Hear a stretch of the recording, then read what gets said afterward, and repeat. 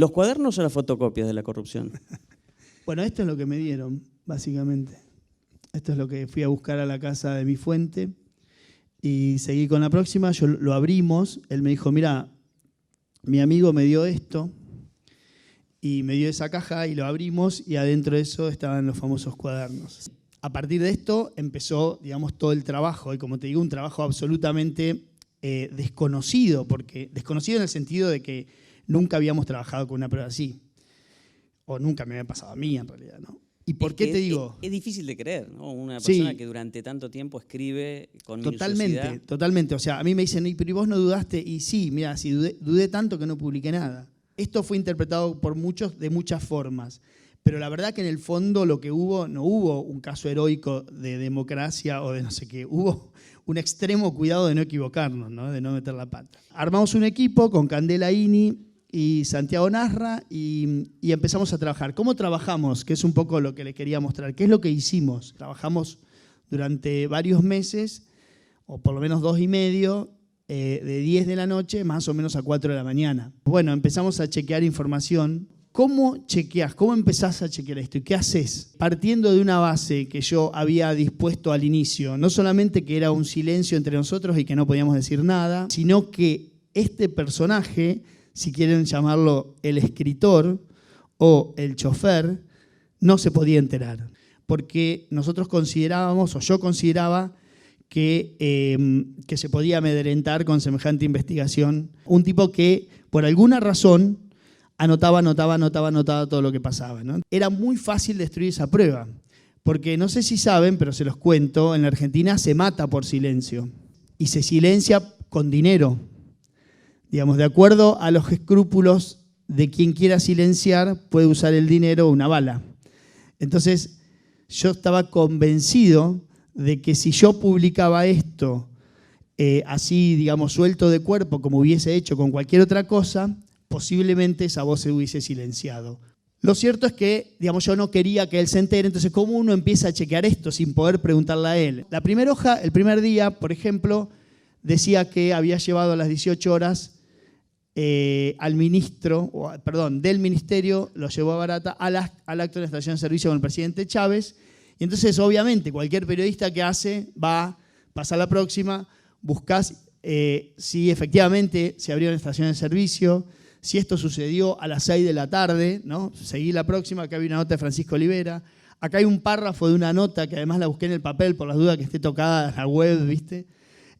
Donde dice que efectivamente todos llegaron, los empresarios, había algunos que esperaban desde temprano, pero que los funcionarios llegaban entre las 17 y las 18 horas. O sea que ahí también está chequeado esto que, recordemos, ocurrió en 2005, ¿no? ¿Qué hacíamos a la noche? Bueno, armábamos esto básicamente, ¿no? Que es una base de datos donde fuimos convirtiendo esos archivos que eran manuales y que era muy difícil de poder trabajar y hacer búsquedas. Imagínense, ¿dónde leí tal cosa? ¿Dónde leí otra? Es imposible, ¿no? Poner post-it, o sea, es imposible. Entonces, de entrada decidimos retipear. Y así trabajamos durante mucho tiempo. Además del Excel, ¿usaron algún otro software para cruzar la información? O... Sí, usamos varios.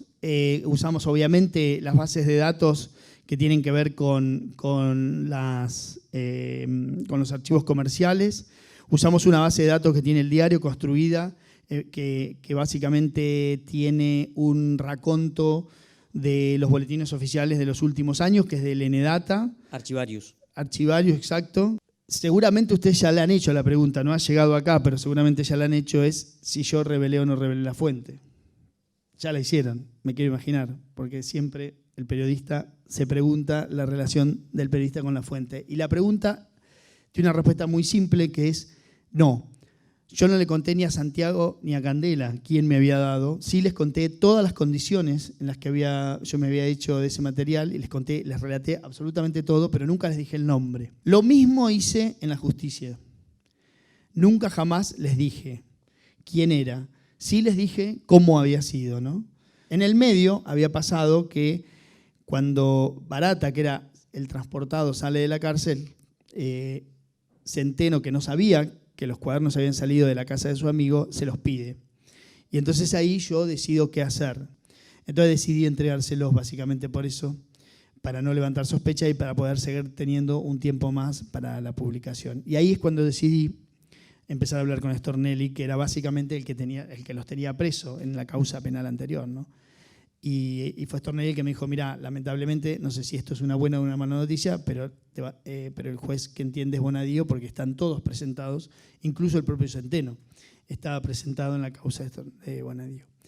Lo cierto es que así funcionó la cosa, en silencio, yo trabajando mucho con el fiscal durante muchos meses, contándole un poco, yo le entregué todo hasta la base de datos. Y entonces llegó el día anterior, que fue más o menos el 30 de julio, donde tuvimos una reunión. Unos días antes yo había tenido una reunión con el fiscal y el juez y me dijeron, Diego, está todo muy bien, la investigación avanzó mucho, se viene lo que vos ya sabés, pero hay un problema, que es que queremos saber quién es la fuente. Yo en ese momento pensé, ¿cuánto tiempo van a llegar, ¿no?, a encontrar a esta persona? ¿Cuánto tiempo llega a la justicia? ¿Cuánto tiempo va a tardar? Tu vecino. Mi vecino.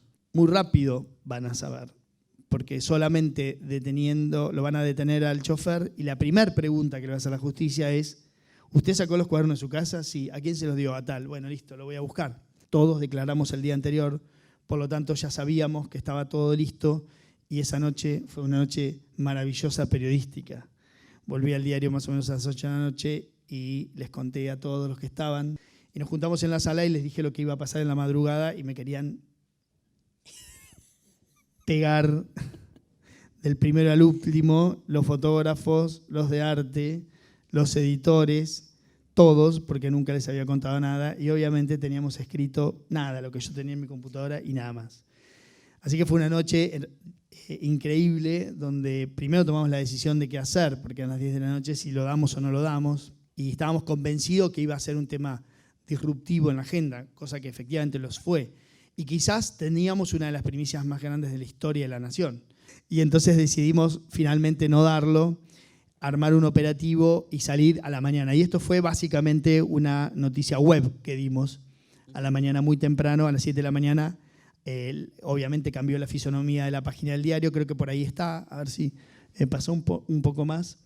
Ese fue el diario el día anterior, ven que no dimos nada, dimos apenas un recuadrito ahí que habían detenido un chofer, que eso ya había circulado. Seguí un poco más y así fue la página. Yo me quedé a la noche obviamente sin dormir, trabajando en casa y más o menos a las 7 de la mañana teníamos el reporte de que ya había unos 11, 12 detenidos, de alrededor de 16, 17 que se iban a detener esa mañana. Entonces nos pareció que ya era momento de poder subirlo y a esa hora, entonces más o menos a las 7 y pico, subimos la noticia que fue lo que todos conocen.